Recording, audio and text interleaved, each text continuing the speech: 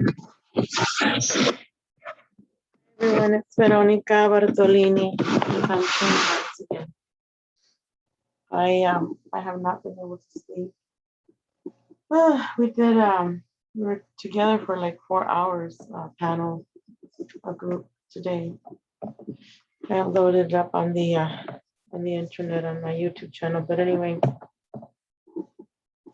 I was listening to Ronald Bernard. I hadn't listened to him. Penny Bradley posted something, video about him. And he obviously he had a near-death experience, and he was a Mason working for the Illuminati and the others above them, the powers that be, what we call. And he used to be what they call a bankster, right? And Penny Bradley, James Rink, and I, and many of the SSP people, Max Spear spoke about this. We speak about stuff like this, you know, but because there are trolls and others that are giving information, bad information, what they call is disinformation. So it gets all jumbled up, you know, and you have to use your discernment. So, you know, we talk about these things, but it's like they call us names. They do all kinds of stuff. They try to. You know, they have the agencies following us. And then some of us that are in high command, we have protection, security detail. And I'm very grateful for them, and they know it because I thank them. We speak, we are telepathic beings, etc. But it's just funny how if it's not like a professional guy that had a near-death experience, they'll like listen, but then us that we belong to the crystal heart, what I call the crystal heart, they just try and make fun of us. See, it's like, anyway, I have a lot on my mind, just trying to sleep, but it's kind of, it's difficult, how do you say? Because I had a near-death experience, just like Mr. Bernard was talking about, and holy shit, it's like you died, and you see yourself, and you're dead here on Earth to everyone. No, but you're not. You're actually alive. You're an eternal being. There's so much to say, but see, his mission is to do something different for humanity.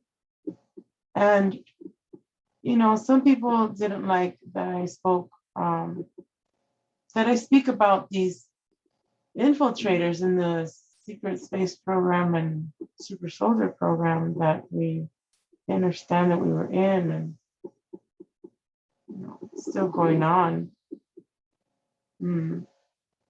Like Mr. Bernard said, be careful with words like reset, black bear, you know, all that stuff. And that's just pretty much what I've been trying to tell you all is I may not use the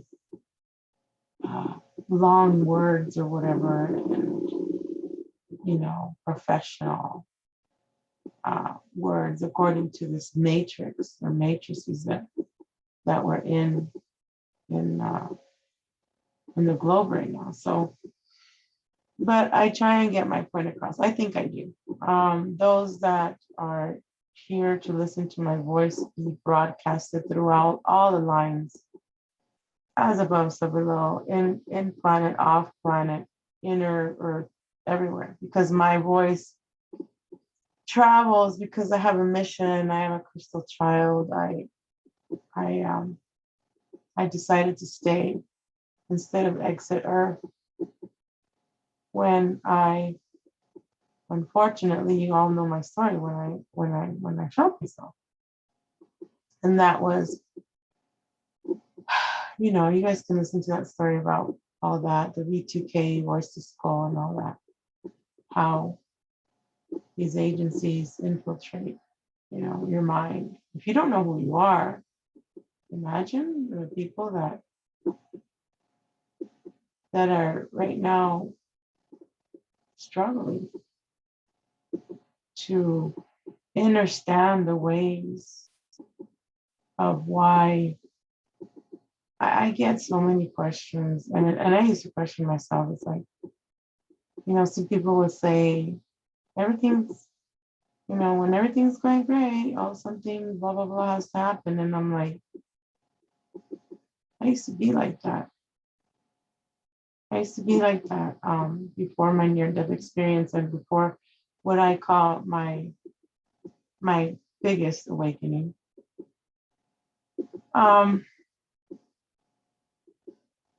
Some people say, well, why do you say awakening? Isn't that a psyop as well? Well,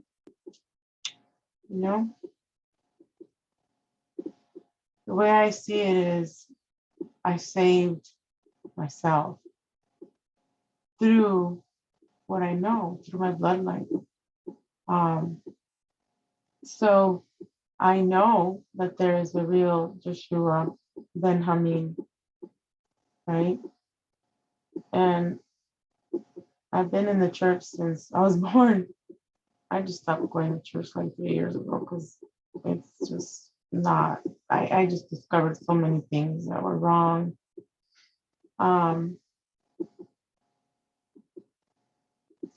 So Joshua Ben Hameen, he married Mary Magdalene, and Mary Magdalene was a princess. I am so grateful for the information, my friends that we talk and things resonate, and I always ask myself questions in my heart and I get answers.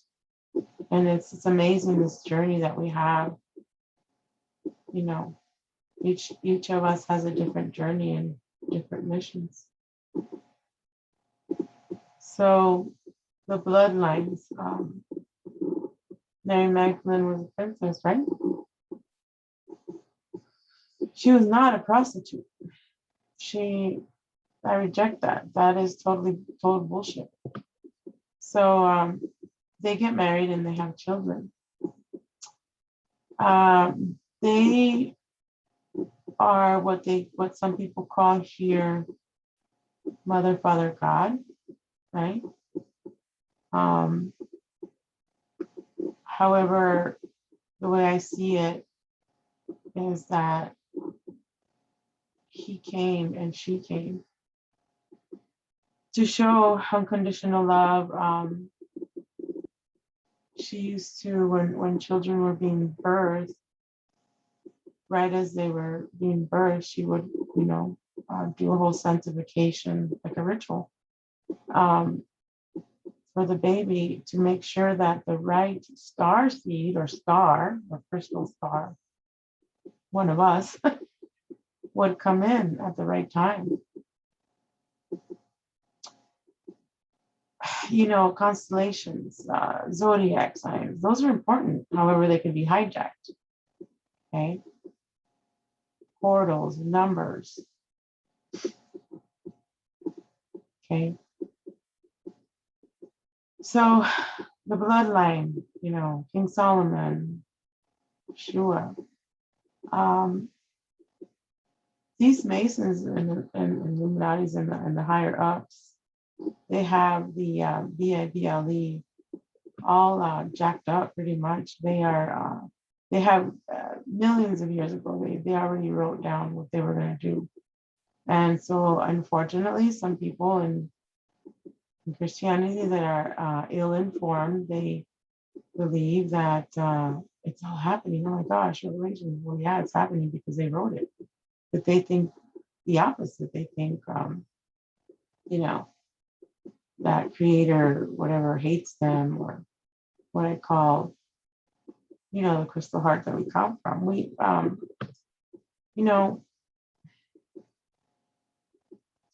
I saw it, as you all know, I was used in the programs because of our abilities, because we came in as stars that we are, as shooting stars,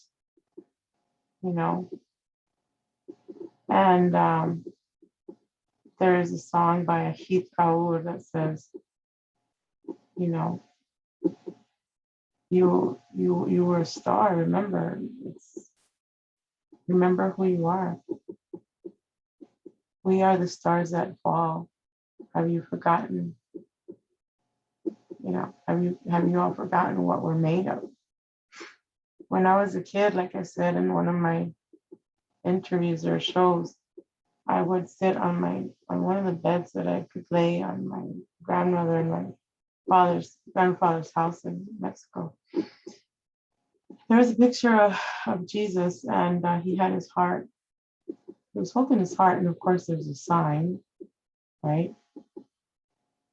Because the Catholic Vatican, they'll use the signs for casting spells, right? If you don't understand that we live in an upside down world of duality, and you must embrace the darkness to finally see your light, your truth.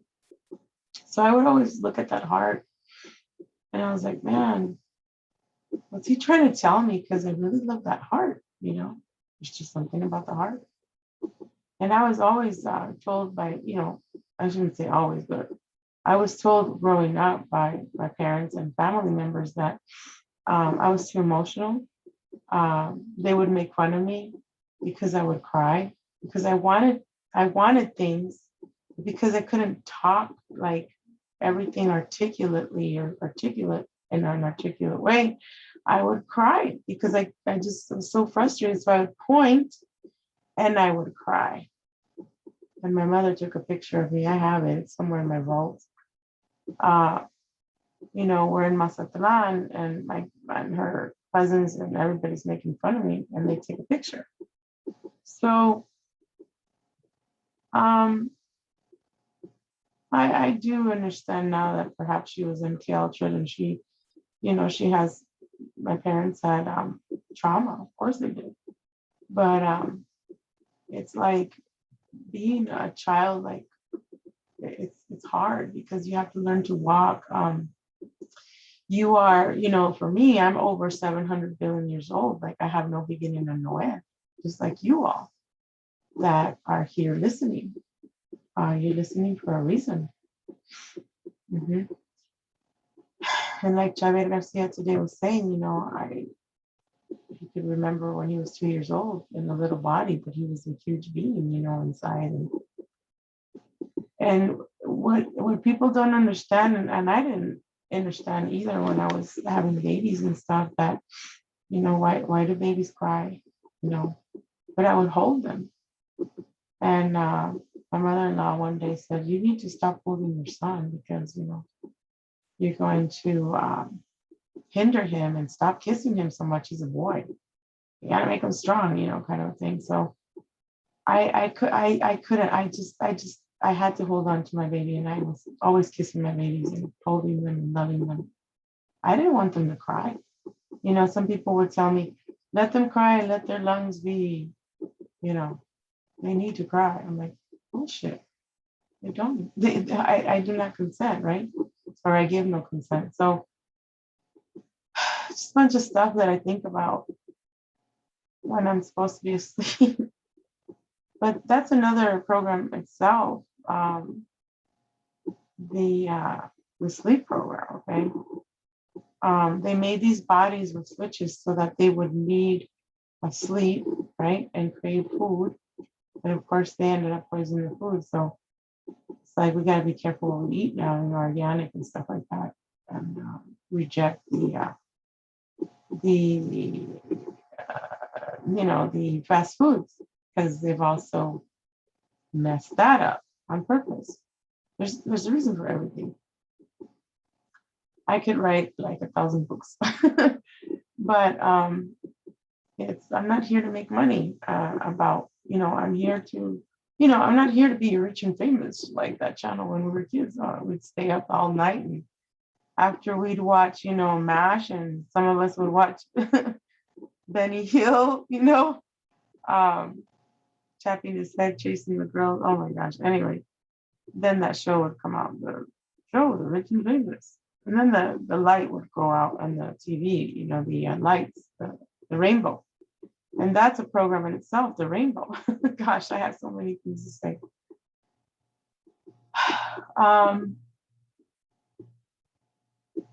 Anyway, we have to learn how to walk, talk. I had to use special shoes that had the braces in them because I'm aquatic, I'm an aquatic being as well as a dragon. I mean, I'm a star, and I'm made out of crystals. And the bioluminescent is what we are. We're sentient beings. We're energy, frequency, vibration, music, mathematics, colors, sounds. That's what we are. And we can transform into anything. I refuse to get stuck in this freaking religion crap. No. The churches take the money from the people. That's energy. They're being energy vampires. Okay. I'm not saying that they don't they shouldn't feed their family or whatever. Of course, I reject that theory too. What I'm saying is do a ministry and ask for how do I say contributions like I asked, I could be charging $1,000 an hour if I wanted to, but really, I refuse to go back to the old ways, to the systems that are in place here. AIs, tons of them, the commercials, the rapid flashing of colors, numbers, names, etc. I refuse to go back to the old ways of having no clue of who I was or what my potential and my powers are. We can do all the work with the elementals, and as we were talking today with Javier, it's like the four corners, the tall whites that come and help Mother Earth and Mother Earth itself. Some people say, "Oh, you serve the Queen." I'm like, "What? Seriously? Like, you gotta be kidding me. You obviously have not really tuned into what I'm trying to say, because I speak in code a lot. That's the way I was trained, and I can decode things left and right, and I really hope that you all can for yourselves. Like, what is your message? What is my message for you individually? So we have powers. We know how to manipulate things, but not, I'm not saying manipulate like they do. I'm saying for the good of saving the children and all that, and the animals and Mother Earth, and getting the F out of here, escaping when we decide to get out. I could leave. Do you understand me? I can leave. I died already. I died a few times, and I know how to do it. Okay? I know how to get out here and go home. However, I refuse for now until my mission is complete, because of my children, your children, animals, sacrifices. They have to stop. People, when they exit here, they think they're going home by looking at the light. There's a real sun portal that we came in, and we got to get out, right? But they have this light that goes to the moon, that goes to Jupiter, it goes to different places to capture the essence of the battery, which we call the Merkaba, which is more than that. We're more than angels. We're more than the gods here that I speak about, God wars. We're more than that, guys. Everyone, we have choices, and my choice is pretty damn hard. Pretty damn hard to make. It's a journey and a half and a bag of chips. But these are the things that I sit here and talk and to myself, and it's like, creator, obviously, but we're one with creator, meaning to me, all of us that are crystal children, that are the stars, are here together. And when we are together, we form like a blockchain, right? Because we're crystal beings, we're telepathically. telepathically have the bloodline, okay? So how I saw it, that I was under Antarctica when I came in as a shooting star because they captured my body. They have me under their stasis in a draconian dragon mermaid because they enhanced my DNA. They've been my labbing me before I was born, yo. You know, this is dumb tricks, and all kinds of implants and shit like that. But once I broke free from all that and integrated my alters from the programs, it came over for them. And so I somehow, with my near-death experience and with my awakening in 2017, when my light came out of my heart area, my heart space, or what they call here the chakra, I found a way to leave my body, right? To leave my body in under Antarctica or wherever the heck it is. I believe it's there. But remember, they make replicas of everything so they can have it shift away, like Area 51, it's somewhere else too.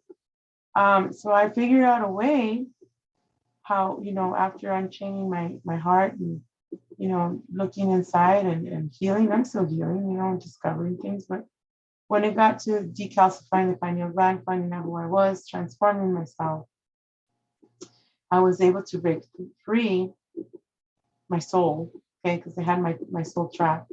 I was able to break free, go out again, find the sun portal, come back inside, and that light came out of my chest. And that day, February 2017, okay, there was a huge noise outside like that. And the light, right when the light had come out of my chest, it went outside, and it was a beautiful, huge white light. It was like white gold light. And the people that I lived with was like, did you hear that? I'm like, yeah, did you hear that? We went outside, the neighbors, did you hear that? Yeah, but there's nothing there. There's no indication that there was like a meteor that hit the floor and there's a hole, So I'm going to leave it at that. I have so much more to say, but for now, and I'll hopefully be making more of these. So thank you, everyone. I send you my love.